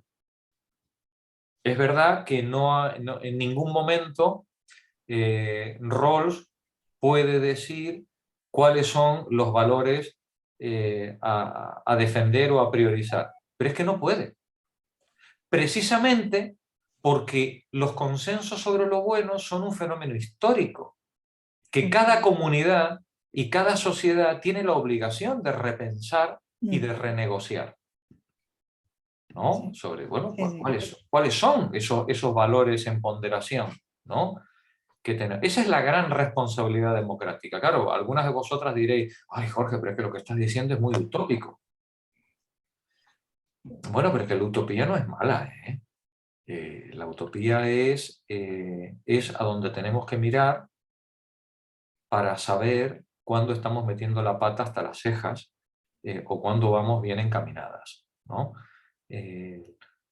Hay planteamientos que solo mirando un poquito a Rawls ya serían descartables de entrada, ¿vale? Y es verdad que no nos dice hacia dónde tenemos que ir, pero es una buena pista para saber por dónde no hay que ir, ¿vale? Es una... Yo tengo una pregunta para María José o para Jorge. Sí. Cuando habla de justicia, que ahora Nancy Fraser va a decir que no debe ser solo distributiva, ¿a qué se refiere exactamente? ¿Está hablando solo en términos materiales o está hablando de distribución en otros términos? Bueno, él dice el primer principio distributivo, o sea, él dice hay dos principios de justicia. El primero es que todos seamos iguales en el máximo número de libertades. Vale. Entonces es un reconocimiento, la libertad, del valor libertad, pero concretado en libertades democráticas de un Estado, y en eso el principio básico sería la igualdad, todos iguales en el máximo número de libertades. Pero Vale. luego el segundo principio sería el que se llama el principio de la diferencia, que es si tenemos que tomar medidas diferenciadoras, estarían justificadas o legitimadas aquellas que benefician, o sea, la igualdad de oportunidades, por ejemplo, porque la igualdad de oportunidades o la igualdad en el acceso a, por ejemplo, a cargos, etcétera, etcétera, todo esto y otros principios más de igualdad de oportunidades, ahí cabría la diferencia siempre que justifique a quien está en peor situación. Vale. No es solamente un tema económico, ¿vale? Entonces Intuía que no, pero no lo había formalizado. Y como ahora Nancy va a decir que quiere ir un poco más allá, claro, porque tener todo este punto en RAS como estaba más formalizado. Vale. Porque esto yo creo que es insuficiente.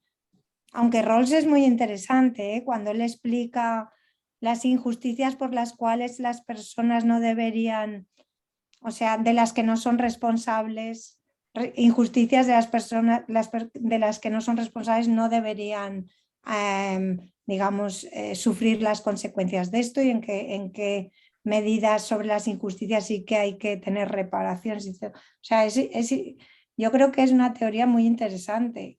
Sí, pero tiene sus límites porque se queda en un esquema de justicia distributiva. Por ejemplo, todas las teorías actuales que hablan de la renta básica, etcétera, son predistributivas.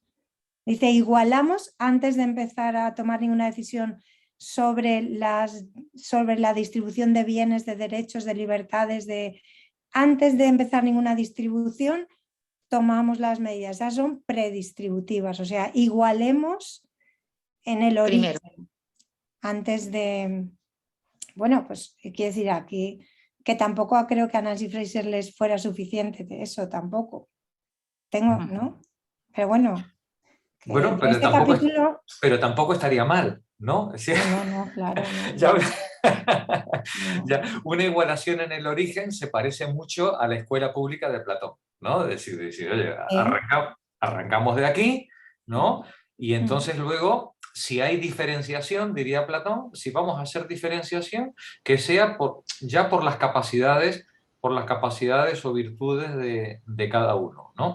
Rawls dice, este velo de la ignorancia, claro, es muy ingenuo, ¿no? Es decir, este velo de la ignorancia nos pone en esa posición originaria desde la cual podemos, digamos, arrancar desde un punto de partida inocente. Por ejemplo, hay cosas ahí que en la oposición originaria hay cosas que Rawls no ve. Por ejemplo, no le parece relevante que uno sea nacional o extranjero. Claro. Y no le parecía... Eso sí, perdón. Eso sí iba a decir yo, que claro, el tema no es solo distributivo, porque libertades, ¿qué entiendes por libertades? Libertad de circulación para los... Las libertades clásicas. O sea, si tú eres una persona racializada que no tiene papeles, aunque tengas una renta, bueno, es que ya no la tendrías, o sea, es... Ya. Sí, ¿no? Sí. O sea, lo que entendemos así coloquialmente por justicia, yo creo que intuitivamente, cuando usamos en el lenguaje corriente, no solo estamos pensando en eso, ¿no? Sino como que O sea, no solo estamos pensando en términos económicos, sino que ya se incluye en ese tipo de... O sea, que es injusto, por ejemplo, que a alguien, porque sea más oscurito de piel, le pidan los papeles todo el rato por la calle y a mí no... Son cosas muy... o sea, que los matices son muchos. Y claro, si solo lo aplicas, ¿cómo se llamaba eso? Westfalianismo. Westfalianismo. Eso lo he aprendido aquí.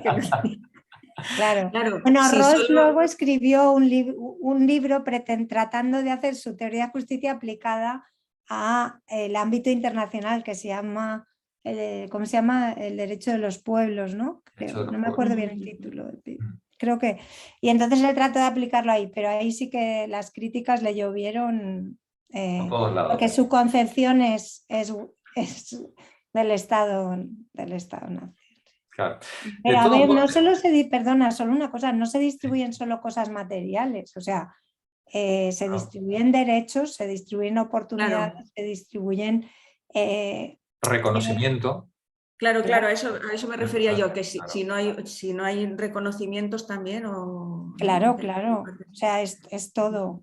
Lo que pasa es que, bueno, pues Rawls se escribe en el año 71, también la crisis en realidad empezó en el 73, Claro. yo creo que en el 71 cuando él publicó el libro aún era un momento como muy optimista, creo, Sí, bueno, sí. bastante optimista dentro de lo que Sí. hemos, sin Sí, embargo sí. luego... Muy optimista. Acababa mayo del 68, es decir, estábamos en que todo el mundo era posible. Lennon escribía Imagine, ¿no? Es decir, estábamos en el mayor optimismo posible. Luego vino ya todo lo demás, claro. Claro. Y se Te nos digo quemó. que yo estoy pensando y asociando que hace 3 o 4 días leí que el Ayuntamiento de Alicante penaliza a la gente que está durmiendo en la calle por ahí en los portales. Es verdad. Es verdad. Sí. Hay un ordenamiento tal, aprobado democráticamente por todas las, bueno, democráticamente por los concejales del Ayuntamiento. De todos modos, No te digo nada, ¿eh? No te digo sí. nada. Pensad, Julián, que a ver, porque cuando leemos estas cosas corremos un peligro. Y es, otra vez, dejarnos llevar por nuestro corazoncito absolutista y entonces decir, no, pero es que entonces la idea de justicia, ¿no? Como si la idea de justicia pudiera ser algo absoluto que pudiéramos pensar. Os repito que la idea de justicia es un concepto político. Y como concepto político es histórico. Y cuando Nancy nos está diciendo que solo superando la injusticia institucionalizada podemos crear un terreno abonado sobre el que florezcan las virtudes, no nos está diciendo que resolvamos la injusticia institucionalizada. Porque entonces, si tenemos que esperar a resolver, a encontrar el paradigma de justicia ideal y además compartido, entonces no vamos a hacer absolutamente nada. ¿Vale? Aquí de lo que se trata es de analizar las políticas públicas, analizar los acuerdos colectivos que se alcanzan y ver en qué medida superan las injusticias institucionalizadas que tenemos. Que cuando las pongamos en marcha nos vamos a encontrar con que hubo 200 cosas que se nos quedaron en el tintero. Oye, pues mira, pues qué bien, pues tenemos otra vez que volver otra vez a evaluar lo que hemos hecho. Pero esto es un proceso, el proceso de la justicia es un proceso de aproximación asintótica. No hay ninguna idea que podamos construir que sea universal y valga para todo momento histórico y sociedad. Lo que hay es hoy una montaña de injusticias. Y esa montaña de injusticias que hoy hay es la que tenemos que ser capaces de debatir y superar, en la medida de nuestro tiempo y de nuestras posibilidades. ¿Vale, María José? Yo veo que a mí me gusta que Fraser, porque aunque parta de Rawls, pero ella como tiene una concepción tridimensional de la justicia, claro, ¿no? Como reconocimiento, como distribución, como reconocimiento y como participación o como tener voz, al ser tridimensional yo creo que o sea, ella en eso avanza mucho. Bueno, me parece a mí. Sí. Ella avanza mucho respecto de la teoría de Rawls, pero partiendo, yo creo, en cierto modo, de Rawls. Claro. Ella va En cogiendo... diálogo con él, digamos. Pero me gusta más ella porque ella tiene una concepción mucho más completa de la justicia, y las propuestas de ella me parece que son, vamos, que van mucho más allá de que Rawls. Claro. Creo. Pero ya os digo, no nos quedemos con... No, y entonces los inmigrantes, ¿qué pasa? Y con los tal, ¿qué pasa? Bueno, no, espérate.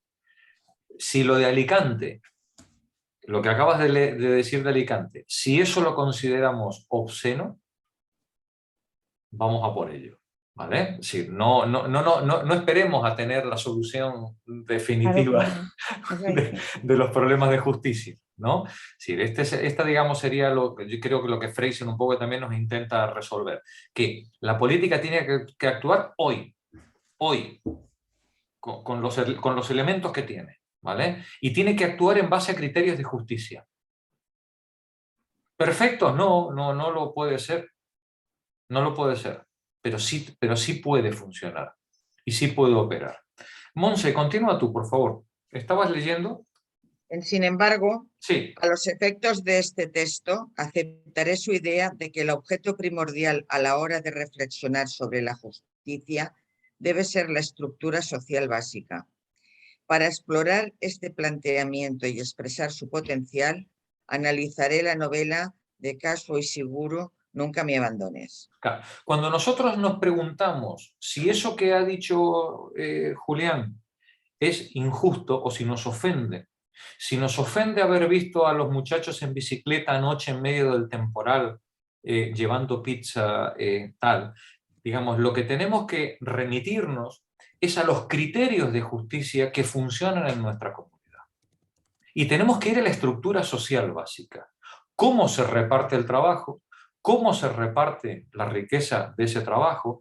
¿Cómo se reparte el reconocimiento dentro de esta sociedad? ¿Cómo se articulan las decisiones políticas? Esa democracia plena que tenemos, ¿no? Es decir, vamos a analizar cómo funcionan las relaciones básicas en nuestra sociedad y a partir de ahí podremos ver esa injusticia institucional que permite explicar por qué anoche había gente repartiendo pizza en bicicleta o por qué a alguien se le ocurre la peregrina idea de multar a un sin techo en el Ayuntamiento de Alicante. Alguien no personal, ¿no? A una decisión democrática, ojo. Sí, pero eso ocurre porque en la sociedad hay ya una injusticia institucionalizada que hace que para una parte de la comunidad estas cosas sean normales.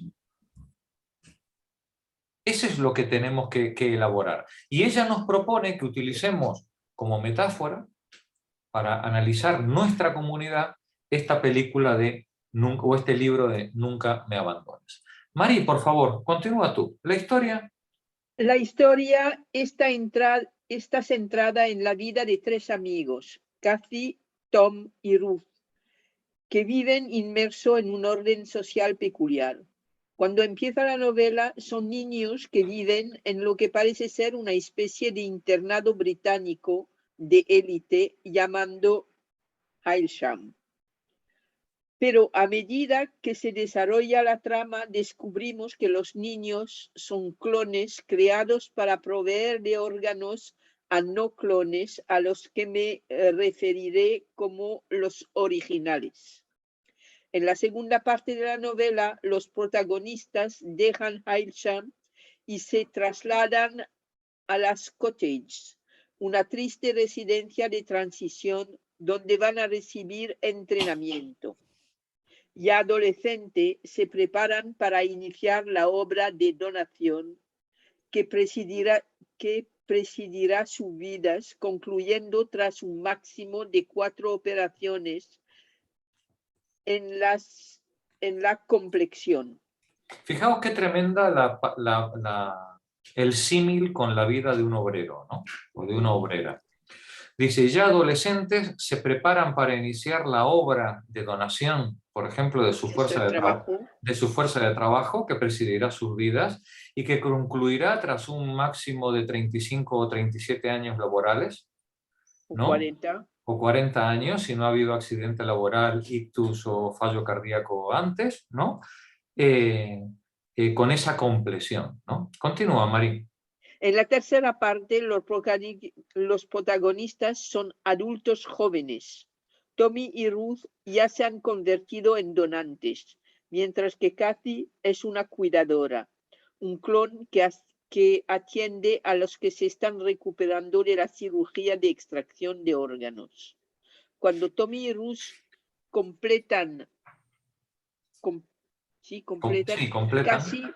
casi siente que no puede seguir desempeñando su papel. Al final del libro se prepara a su vez para convertirse en donante.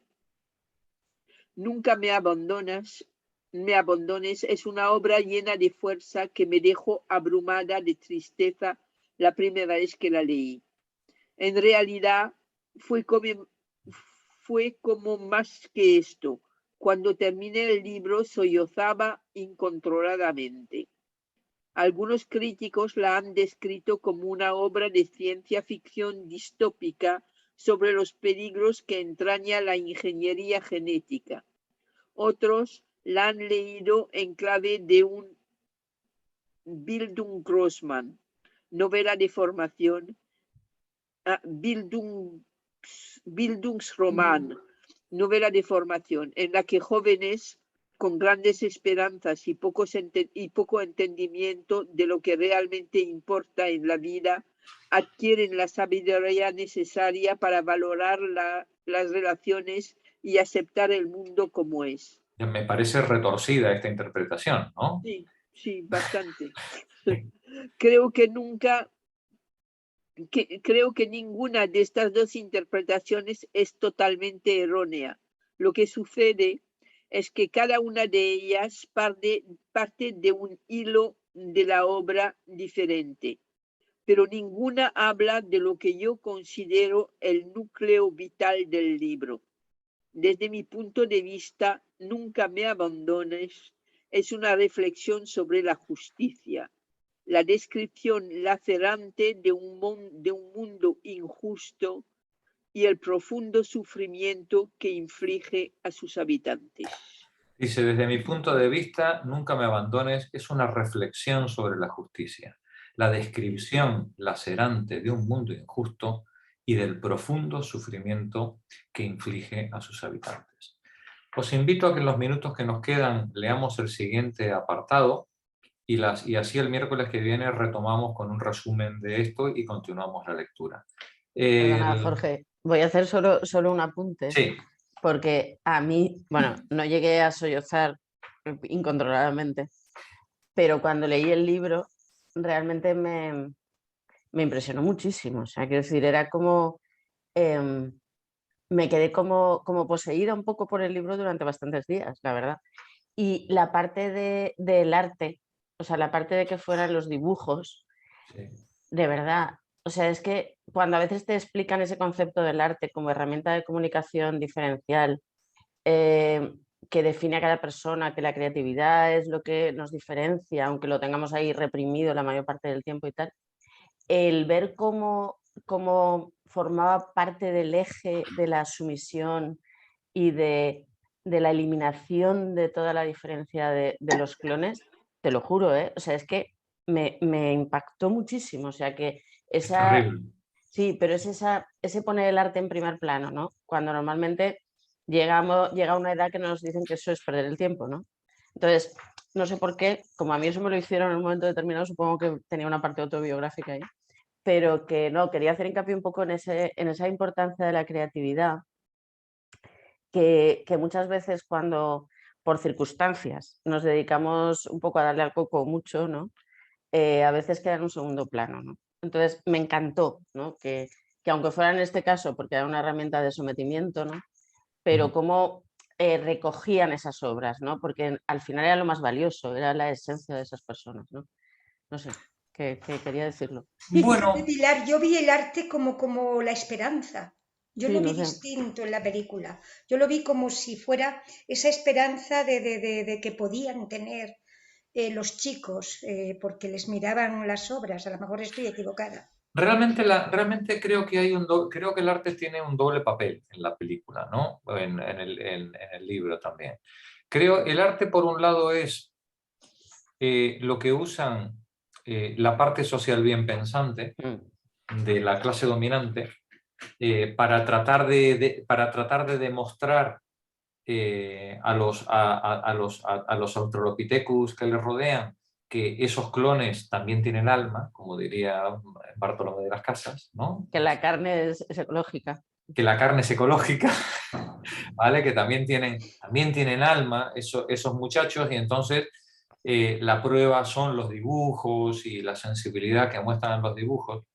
Pero luego, entre los niños se corre un rumor que no se sabe si ese rumor ha surgido de la propia imaginación de los niños y de sus esperanzas, o alguien maquiavélicamente se lo ha inculcado a ese rumor, ¿no? Y es el rumor de que quienes demuestren que son especiales, quienes puedan demostrar que son especiales, ¿no? Tendrán derecho a una prórroga, ¿no? O a un tratamiento especial. Es un poco el mensaje neoliberal de que si demuestras lo que vales, encontrarás tu lugar en el sitio y podrás dejar de ser un explotado para ser un emprendedor, ¿no? El mensaje de la salida individual, ¿no? El mensaje de la salida individual. Claro, Jolín, yo no lo había visto así. Claro, lo que no... No, Sí. porque el libro, yo creo que el libro no lo forma. Además, creo que es parte de la estrategia del autor, ¿no? Digamos, de dejar eso ahí, ¿no? Y dice, no se sabe si eso es producto de la esperanza del oprimido o porque hay un mensaje dirigido a esa manipulación, ¿no? Probablemente es un mensaje surge de la esperanza del oprimido, ¿no? Si me están pidiendo esto, será porque vieron que yo era algo diferente, ¿sabes? Y si soy algo diferente, yo tengo Igual me derecho, salvo. tengo derecho a esperar, tengo derecho en esta sociedad meritocrática, ¿no? En la que estoy, tengo derecho a esperar que se me trate de manera especial, porque yo lo valgo, decía la de L'Oréal, ¿no? ¿No? Sí, parce que vous le valez bien. Una cosa, perdonad Sí. una cosa, yo es que solo he visto la película, maldita sea, porque me habéis hecho un spoiler ahora tremendo, pero no he leído el libro, pero yo he sido, yo creo, incluso más pesimista, porque en el momento en que van a la casa, y yo digo la Rampling porque, bueno, la admiro mucho y no me acuerdo cómo se llama el personaje. Lo que les dice, yo creo recordar que no es el arte, la pintura, era para demostrar que erais humanos, sino para ver si erais humanos. Es decir, como que no era para exigir derechos en el sentido de que son humanos, sino como que erais un producto de mejor calidad, ¿no? Que podíamos garantizar un producto de buena calidad, en tanto que, o sea, es todavía más siniestro, ¿no? Esa es la tercera, ellos, digamos. Claro, muy bien. La fantasía de ellos es si demostramos un amor verdadero, ¿no? Que es muy triste porque es como una cosa muy, muy adolescente y tal, pero, o sea, el arte está ahí, pero no se sabe muy bien. O sea, un poco es como que no es intentar demostrar que tienen alma, ergo, que no se les puede vender sus órganos de cualquier manera, sino como que son gallinas felices, ¿no? Entonces, claro. No, por supuesto, digamos, esa sería la tercera. De hecho, yo creo que la Rampling juega en ese papel instrumental, ¿no? Sí, bueno, tampoco hay que ser tan idealistas, ¿no? Estos están aquí para dar órganos, son gallinas, pero es verdad que si se les educa de una manera razonable, pues son un producto de mejor calidad. De hecho, cuando los niños van a verla... Es decir, te van a vender igual, tengas alma o no. Claro, ese es el triste claro. mensaje, ¿no? De hecho, No es relevante. cuando van a ver a la Rampling a su casa, ¿no? La Rampling no muestra, yo no recuerdo que muestre ninguna empatía Para nada. En fin, un poco si eso tristeza, pues como puede sentir por un perro maltratado, ¿no? Pero no hay ningún qué barbaridad, qué horror lo que hemos hecho, ¿no? No tengo esa sensación, no me genera esa sensación. Tú, Pilar, que tienes el libro fresco, te genera, ¿hay algún momento de arrepentimiento? No, en absoluto. O sea, quiero decir, este velo de ignorancia es mío. Quiero decir que no. O sea, no hay ningún tipo de flaqueza en la toma de decisiones. ¿Qué va? O sea, es el sistema y trabajan para él. O sea, quiero decir, la única es la ya monitora está. del principio Es la única. que además desaparece y ya no se Sí. vuelve a saber más nada de... Sí.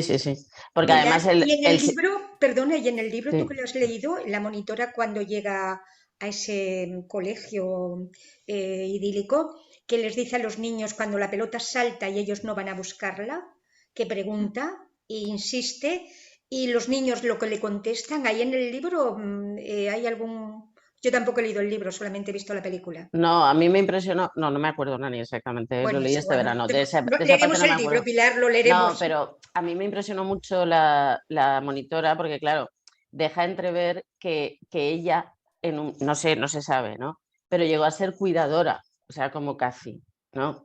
Y entonces ahí es donde ella sufrió ese clic tan profundo, ¿no? Que es lo que le hizo empezar a cuestionarse pues todo, evidentemente, ¿sabes? Claro, porque han llegado ahí porque no han sido clones donantes, si no, no estarían ahí. Lo hubieran completado y no estarían ahí. Entonces, claro, es que eso también es tela, de ahí también se puede extraer mucho. Claro, son parte, digamos, del aparato represivo que necesita el sistema para poder funcionar. ¿Cómo son? Sicarios. Son sicarios. Son sicarios. Como los que llevaban la hortaliza en esas Sí, cajas sí. que van en la furgoneta, que realmente son los que le proporcionan los papeles cuando ella pide Claro. ser cuidadora. Son estos sicarios necesarios para Eso que la es. granja funcione o la fábrica funcione o ese tribunal funcione. Sí, no me extraña que Nancy Fraser sollozara profundamente. No me extraña. No, claro, terrible. No extraña nada. Bueno, lo dejamos aquí, compañeras. Seguimos el miércoles que viene. Vale. Vale. Gracias. Buena semana. Gracias. Semana. Una cosa, acordaos que el lunes que viene tenemos la presentación del libro de Martín Manín. Ya me he inscrito, sí. Ahí, Sí. muy bien. Nos hemos inscrito. Venga. Vente, Eva, vente a Valencia. Buena nit. Este lunes no, pero... Buenas noches. Buenas noches. Chao, buena nit. Chao. Adiós, buenas noches.